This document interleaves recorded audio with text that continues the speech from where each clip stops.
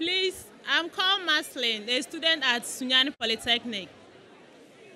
Please, I would like to know why Muslim ladies always cover their hair. And then the second question is, why they clean their private parts after they shit or after they urinate? If I heard your question correctly, sister, you said, why do Muslim women cover the head, correct? That's your question. Yes, please. And why do they wash their private part after they urinate? Yes, always. I will first answer your second question, then come to the first question. As far as washing the private part when they go for urination, that's done by Muslim men as well as Muslim women, both. Because we are hygienic. Because when we go for the call of nature, we put water on it so that there are no droplets remaining. I, as a medical doctor, you ask any medical doctor, they will tell you that what the body does not require, it comes out as an excreta or in urine. And these are very harmful for the body. So when you urinate, there are certain drops remaining. When you wash, when you put water, these droplets go away. So it becomes more hygienic and there are less chances of having itchiness and certain diseases in that part. So it is for hygiene and for medical reasons, sister. Regarding your first question, why do Muslim women cover the head? Why do Muslim women cover their hair? The reply is, hijab has been prescribed in the Quran. But before the hijab, for the women, Allah talks about hijab for the men. Allah says in the Quran in Surah Nur, chapter number 24, verse number 30, say to the believing man that he should lower his gaze and guard his modesty. The moment a man looks at a woman, if any brazen thought, any unashamed thought comes, he should lower his gaze. The next verse speaks about the hijab for the woman. Surah Nur, chapter number 24, verse number 31. Say to the believing woman that she should lower her gaze and guard her modesty, and display not her beauty except what appears off, and draw her veil, a head covering, over her bosom, over her chest, and display not her beauty except in front of her husband, her sons, her fathers, and a big list of mahram, the close relatives who she can't marry is given. There are basically 6 criteria for hijab. The first is the extent which differs between the man and the woman. For the man, it's from the navel to the knee. For the woman, the complete body should be covered. The only part that can be seen are the face and the hands up to the wrist. Some scholars say that even the face should be covered. But normally, for a woman, a complete body should be covered, including the head and the hair, except the face and the hands up to the wrist. The remaining 5 criteria are the same for the man and the woman. The second is, the clothes they wear, it should not be tight so that it reveals the figure. Third, it should not be transparent or translucent so that you can see through. Fourth, it should not be so glamorous so that it attracts the opposite sex. Fifth, it should not resemble that of the opposite sex. And sixth, it should not resemble that of the unbelievers. The reason why hijab has been prescribed is given in the Quran in Surah Azab, chapter 33, verse number 59, where Allah says, O Prophet, tell your wives and your daughters and the believing women that when they go abroad, they should put on the cloak, the overcoat, so that they shall be recognized and it will prevent them from being molested. So Islam prescribes the woman to cover the head and put on the overcloak so that they shall be recognized and it will prevent them from being molested. I'd like to ask you a question. If there are two twin sisters who are very beautiful, equally beautiful, if they are walking down the streets of Kumasi in Ghana, and one twin sister, she is wearing the Islamic clothes, complete body covered. Only part that is seen is the face and the hands up to the wrist. The other twin sister, she is wearing the Western clothes. You know, mini skirt and shorts, wearing a very low, deep neck, revealing more of the body than concealing. And if both these twin sisters are walking down the streets of Kumasi, and if round the corner there is a hooligan, there is a ruffian who's waiting for a catch, who's waiting to tease a girl, I'm asking you the question, sister, will he tease the girl wearing the Islamic hijab or will he tease the girl wearing the Western clothes? Please, I prefer the lady in the Islamic hijab. Which girl will he tease? Will he tease the girl wearing the Islamic hijab or tease the girl wearing the Western clothes? Please, I prefer the lady wearing the Islamic hijab. He will tease the girl wearing the Islamic hijab. Why? Yes, please. Why but? It's decent. I can't hear you. It's decent. It is decent. Yes, please. I didn't get the question well. No, my question was, if there are two twin sisters who are equally beautiful, very beautiful, walking down the streets of Kumasi, One is wearing the Islamic clothes completely covered. One twin sister. Except the face is seen and the hands up to the wrist is seen. The other twin sister, she is wearing the Western clothes. Mini skirts and shorts. A top with a deep neck, low neck. Her body is revealed more than concealed. She is exposing more of her body than concealing. And if both the twin sisters are equally beautiful, walking down the streets of Kumasi, and if round the corner there is a hooligan, there is a ruffian who's waiting for a catch, who's waiting to tease a girl, I'm asking the question, which girl will he tease? Will he tease the twin sister who's wearing the Islamic hijab? Or will he tease the twin sister who's wearing the Western clothes? Which girl will he tease? The one in the hijab. He will tease the girl wearing the hijab. Why, sister? Can you give me one good reason? Can you give me one good reason why will that man tease the girl wearing the Islamic hijab? Only one reason I want. I will attack the one in the naked dress. One in the? Please, they'll tease the one in the short dress. Ah, correct. It's a simple question, simple answer. He will tease the girl wearing the shorts, the naked dress, because if you invite, then people will come.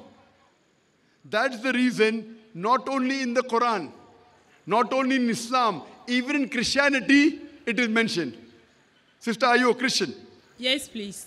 If you read the book of Deuteronomy, chapter number 22, verse number 5, it says, the woman shall not wear clothes that which pertain to a man, and a man will not wear clothes that which pertain to a woman. All those who do abomination of the law. It's mentioned in the 1 Timothy, chapter number 2, verse number 9. The woman should be dressed up with modesty, with shamefacedness and sobriety. They should not wear broidered hair, or gold, or pearl, or costly array. It's mentioned in 1 Corinthians, chapter number 11, verse number 5 and 6, that the woman that prophesieth and prayeth with the head uncovered, her head should be shaved off.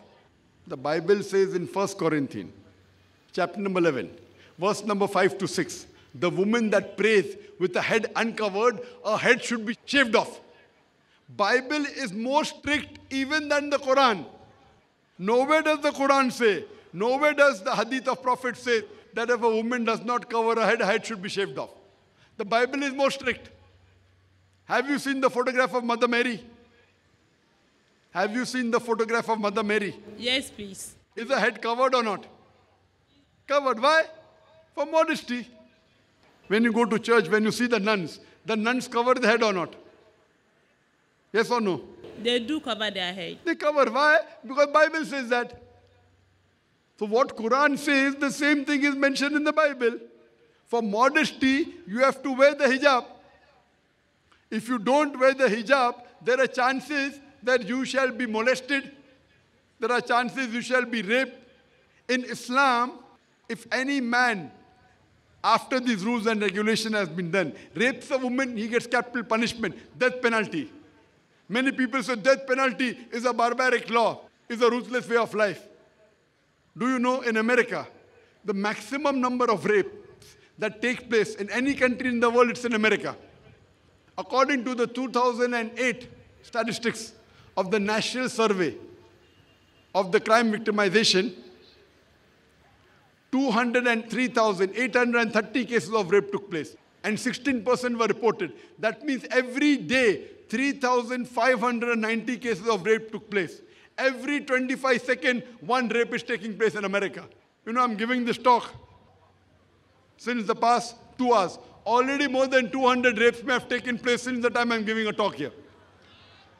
I'm asking you the question, if you implement the Islamic Sharia in USA, that every man, when he looks at a woman, he should lower his gaze. If any unashamed thought comes. After that, the woman should wear the Islamic hijab, the complete body covered. The only part that is seen is the face and the hands up the wrist. After that, if any man rapes a woman, capital punishment, death penalty. I'm asking you the question, will the rate of rape in USA, will it increase? Will it remain the same or will it decrease? Please, it will decrease. It will decrease. It's a practical law. You implement the Sharia and you get results. That's the reason Islam is a religion which shows you a way how people will respect the woman. In the Western world, they talk about women's rights, but what are they doing? They are selling their daughters. They are selling their mothers. They are selling their sisters. The Western society talking about women's liberalization is nothing but a disguised form of exploitation of a body, degradation of honor, and deprivation of a soul. The Western society claiming to uplift the woman have degraded her to a status of concubine, to that of a mistress, and society butterflies, which are mere tools in the hands of pleasure seekers and sex marketers, which are hidden behind the colorful screen of art and culture. What is the Western world doing? They are selling their daughters. In name of women's liberalization, what are they doing? In most of the advertisement, you'll find a woman. How many women ride motorcycle? But you'll find a woman in the motorcycle ad. I was told about a very famous ad of BMW. BMW, it's a very famous car. It's a very fast car. Someone told me in one of the ads, there is a young girl standing in front of the BMW car in a bikini. And the ad reads, test drive her now. Who, the girl or the car? Test drive her now. Who, the girl or the car? What is the Western world doing? They're selling their daughters. They're selling their mothers. They're selling their sisters. In Islam, we respect our mothers. We respect our daughters. We respect our wives. Islam has spoken about hijab to uplift the woman, to give her more status. Hope you agree with this. That if the woman is covered, she is more modest and she gets more respect. Do you agree with this, sister? Yes, please. I do. Sister, do you believe there is one God? Yes, please. Do you believe that Jesus Christ is God?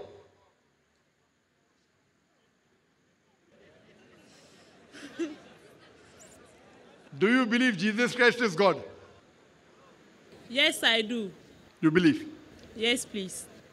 Sister, if you read the Bible, there is not a single unequivocal statement in the complete Bible where Jesus Christ, peace be upon him, himself says that I am God, or where he says worship me.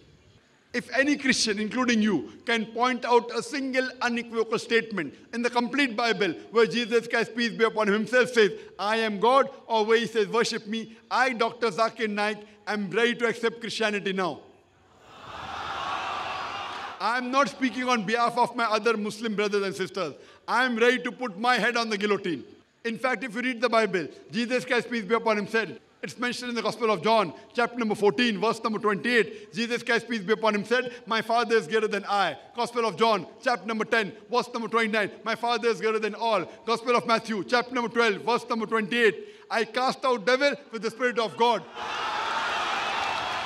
Gospel of Luke, chapter number 11, verse number 20. I, with the finger of God, cast out devils. Gospel of John, chapter number 5, verse number 30. I can of my own self do nothing. As I hear, I judge, and my judgment is just. For I seek not my will, but the will of my Father. Anyone who says, I seek not my will, but the will of Almighty God is a Muslim.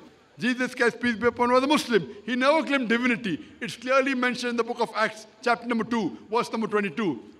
Ye men of Israel, listen to this. Jesus of Nazareth, a man approved of God, not God. A man approved of God amongst you by miracles and wonders and signs which God did by him, and you are witness to it. A man approved of God amongst you by miracles and wonders and signs which God did by him, and you are witness to it. So when nowhere does the Bible says Jesus, peace be upon him, is God, so why do you believe he's God? Because the church says so. Do you believe in the Bible or do you believe in the church? I believe in the Bible. Where does the Bible say he's God? So someone has told you a lie.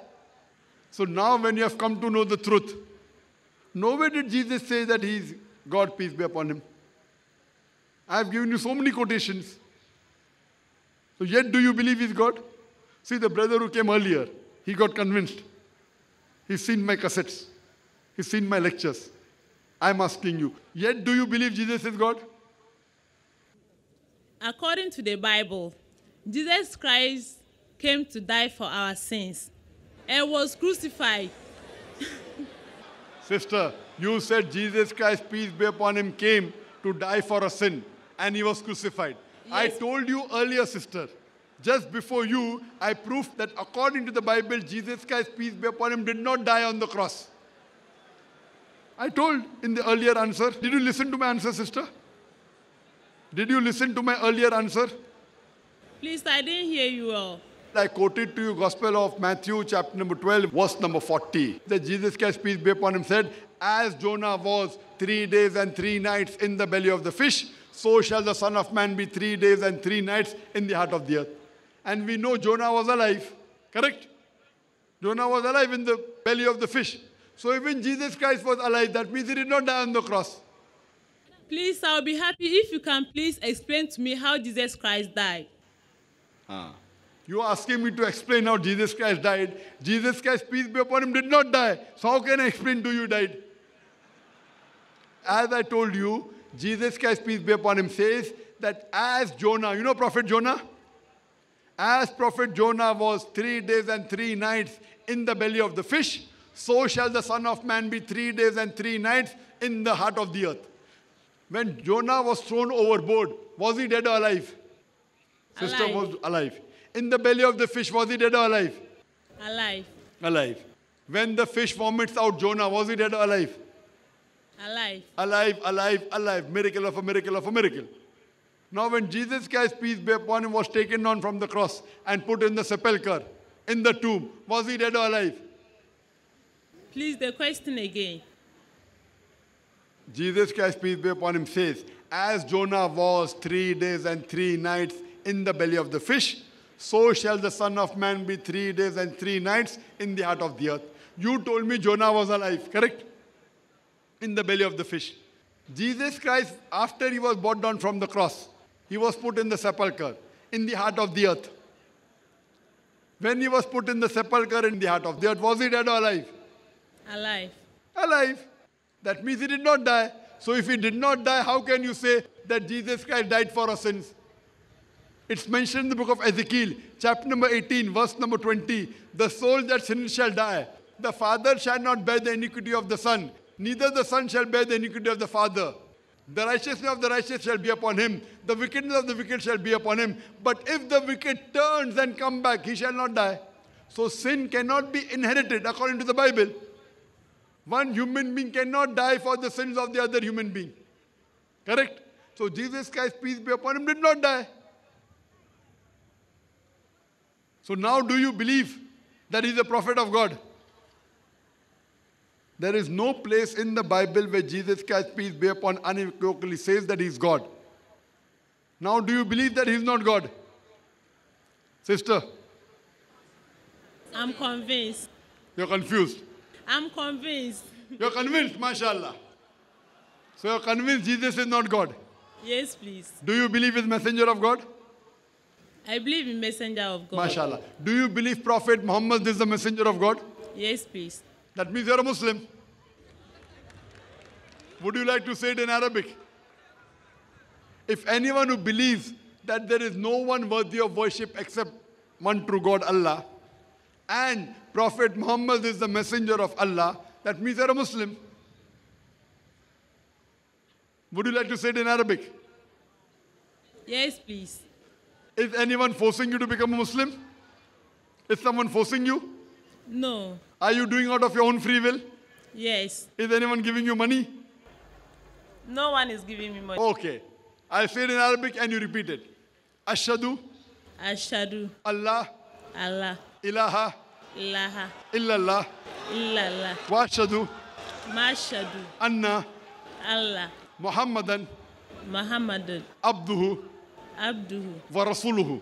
varasuhu. I bear witness I bear witness that that there is none there is none worthy of worship worthy of worship except Allah, except Allah, and I bear witness and I bear witness that that Prophet Muhammad Prophet Muhammad is the messenger is the messenger and servant of God. and son of MashaAllah, you have become a Muslim, and I pray to Allah subhanahu wa ta'ala to grant you Jannah. I pray to Allah to give you Jannah, to put you in paradise. And I pray to Allah to give you the best in this world and the Amen. hereafter. And once you have become a Muslim, all your previous sins have been washed away. Amen. And I pray to Almighty God that you read more of Islamic books, come closer to Islam, and you guide other peoples to Islam. Thank you very much, sister. Yes, please.